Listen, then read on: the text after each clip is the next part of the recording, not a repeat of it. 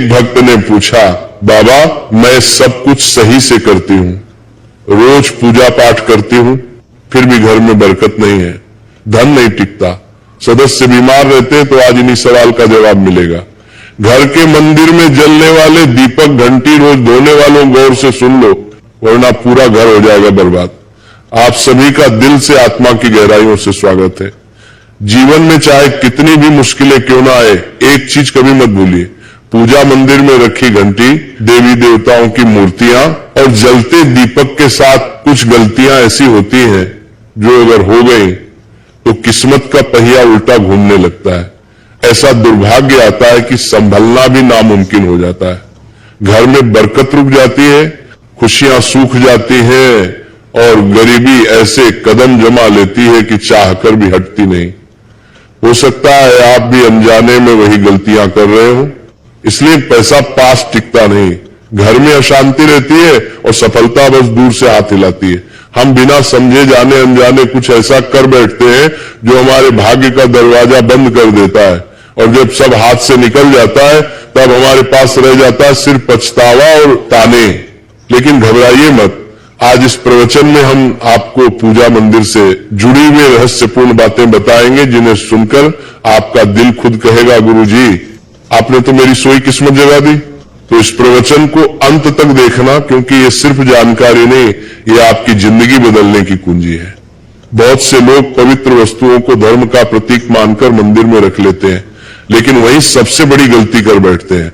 आज हम आपको विस्तार से बताएंगे पूजा मंदिर में कौन सी चीजें रखना शुभ है और कौन सी अशुभ, दीपक कितने बजे जलाना चाहिए और जलाते समय कौन सा मंत्र बोलना चाहिए, घंटी कब बजानी है, सुबह या शाम, और कितनी बार, शंख कब और कैसे बजाना चाहिए और बजाते समय किस मंत्र का जाप करना चाहिए, दीपक रोज धोना चाहिए या नहीं, मंदिर में कितनी मूर्तियां रखनी चाहिए और क्यों। ये 7-8 बातें छोटी लग सकती हैं, लेकिन इनका असर आपकी किस्मत पर सीधा पड़ता है।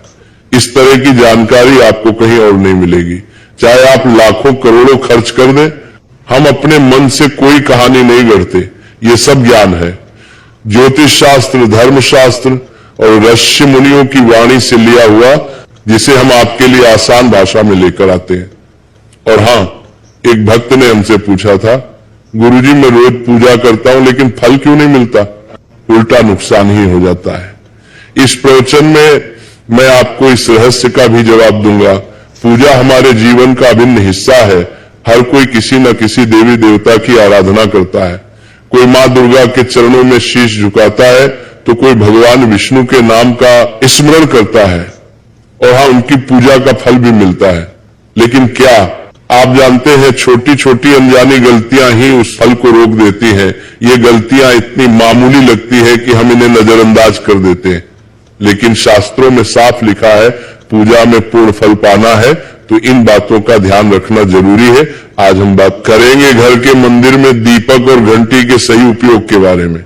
क्या दीपक को रोज धोना चाहिए या हफ्ते में 1-2 बार धातु का दिया हो तो कब और कैसे साफ करना चाहिए, मिट्टी के दीपक का सही समय और सही अवसर कौन से हैं, मंदिर में किस प्रकार की घंटी का उपयोग सबसे शुभ माना जाता है, घंटी कब बजानी है, कितनी बार बजानी है और क्या शाम की पूजा में घंटी बजाना उचित है। सबसे पहले बात करते हैं मिट्टी के दिए की। ये साधारण सा दिखने वाला दिया वास्तव में शुद्धता और पवित्रता का प्रतीक है। दिवाली हो, कोई धार्मिक पर्व हो या फिर कोई बड़ा अनुष्ठान, मिट्टी का दिया जलाने का अपना ही महत्व है। घर के मंदिर में या दरवाजे के पास जब इसे जलाया जाता है तो ऐसा लगता है मानो लक्ष्मी माता खुद आपके आंगन में प्रवेश कर रही हो। लेकिन ध्यान दीजिए, जब ये दिया मंदिर में रखा जाता है तो इसके नियम बदल जाते हैं। मिट्टी का दिया एक बार जलाने के बाद दोबारा मंदिर में नहीं रखना चाहिए। हर बार नया मिट्टी का दिया ही उपयोग करना शुभ माना गया है। ऐसा करने से वास्तु दोष दूर रहता है और घर में बरकत बनी रहती है। अब आगे इस प्रवचन में हम जानेंगे मंदिर की घंटी से जुड़े हुए रहस्य, जो शायद आपको पहले कभी नहीं बताए गए। अब आते हैं धातु के दियों पर। आपने देखा होगा कि लोग पीतल या तांबे के दिए इस्तेमाल करते हैं। ये न केवल सुंदर होते हैं बल्कि इनका धार्मिक महत्व भी अत्यंत गहरा है। लेकिन इन्हें सिर्फ जलाना काफी नहीं है, इनकी शुद्धि भी उतनी ही जरूरी है। इन्हें रोज धोकर, खासकर गंगा जल से साफ करना चाहिए। गंगा जल से धोने पर दिया पवित्र हो जाता है और घर में सकारात्मक ऊर्जा चारों ओर फैल जाती है। अगर आप हफ्ते में केवल 1-2 बार इन्हें साफ करते हैं तो ये पूरी तरह से शुद्ध नहीं हो पाते, इसलिए इसे अपनी रोजाना की आदत बना ले। और अब आते हैं घर के मंदिर की घंटी पर। पीतल की घंटी की ध्वनि ऐसी होती है जो वातावरण की नकारात्मक ऊर्जा को तुरंत दूर कर देती है और सकारात्मकता का प्रवाह बढ़ा देती है। लेकिन इसे कभी भी दक्षिण दिशा में ना रखें, यह अशुभ माना जाता है। घंटी को हमेशा पूजा स्थल के पास या मंदिर के प्रवेश द्वार पर रखें। सबसे शुभ घंटी वह होती है जिस पर गरुड़ की नक्काशी हो, इसे गरुड़ घंटी कहते हैं और इसे अत्यंत पवित्र व फलदायक माना गया है। अब सवाल आता है, घंटी कितनी बार बजानी चाहिए? भोग लगाते समय घंटी को 5 बार बजाएं। ऐसा करने से भगवान भोग को जल्दी स्वीकार करते हैं। पूजा के दौरान घंटी को जोर जोर से या लगातार नहीं बजाना चाहिए, सिर्फ 3 बार बजाना ही उचित है। घंटी को हमेशा दाहिने हाथ से बजाएं और इसका मुख पूजा स्थल की ओर होना चाहिए। याद रखिए, घंटी को सुबह की पूजा में ही बजाना शुभ माना गया है।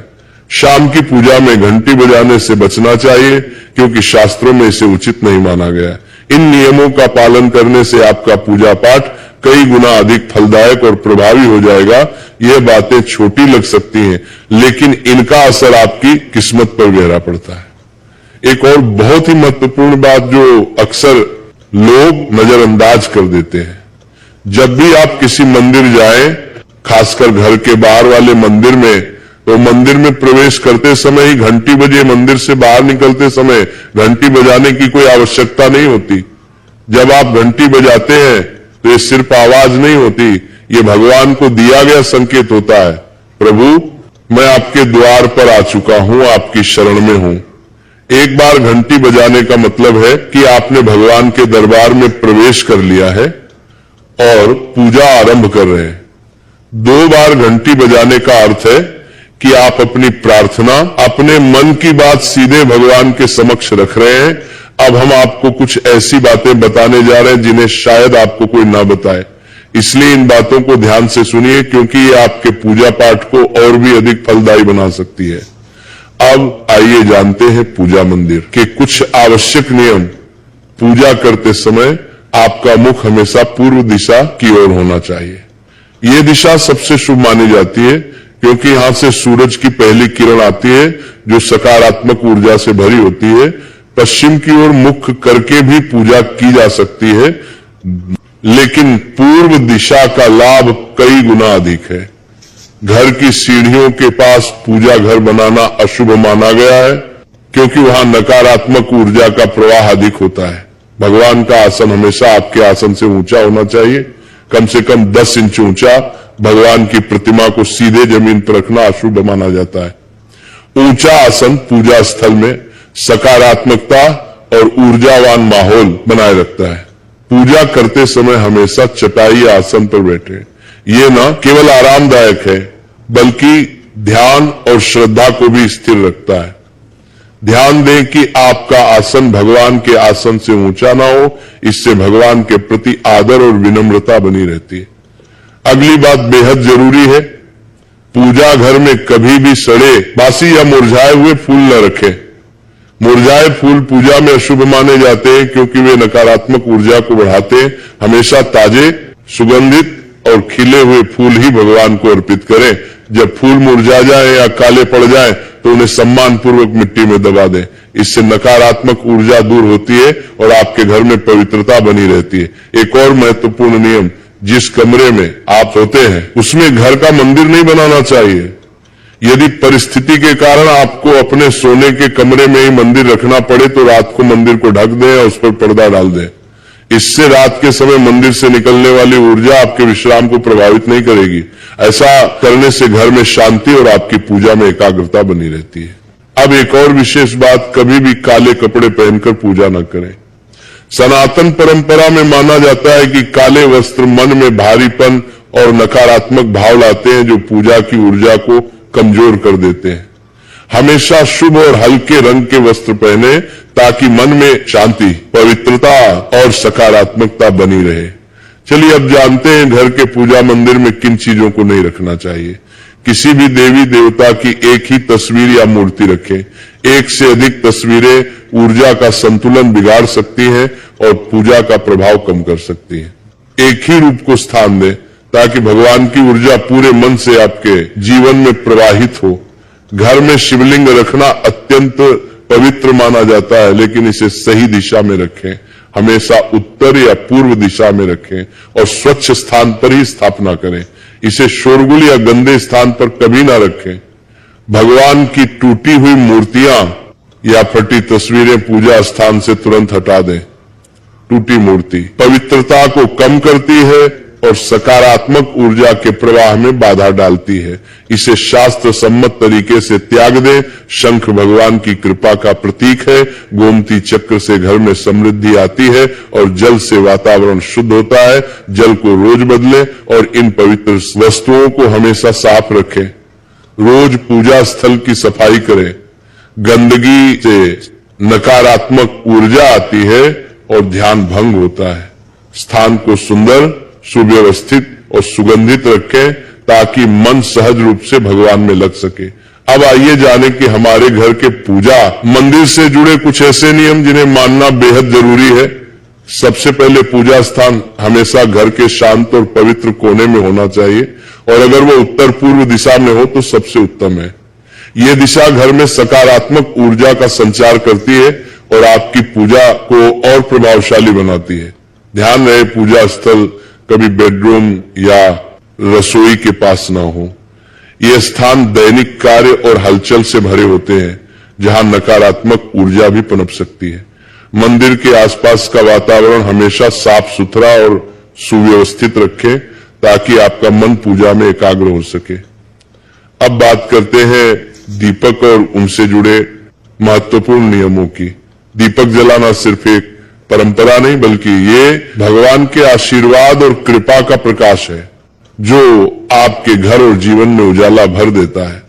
दीपक को हमेशा भगवान की मूर्ति के सामने रखें ताकि उसकी रोशनी सीधे भगवान तक पहुंचे और आपके पूजा स्थल को पवित्रता से भर दे।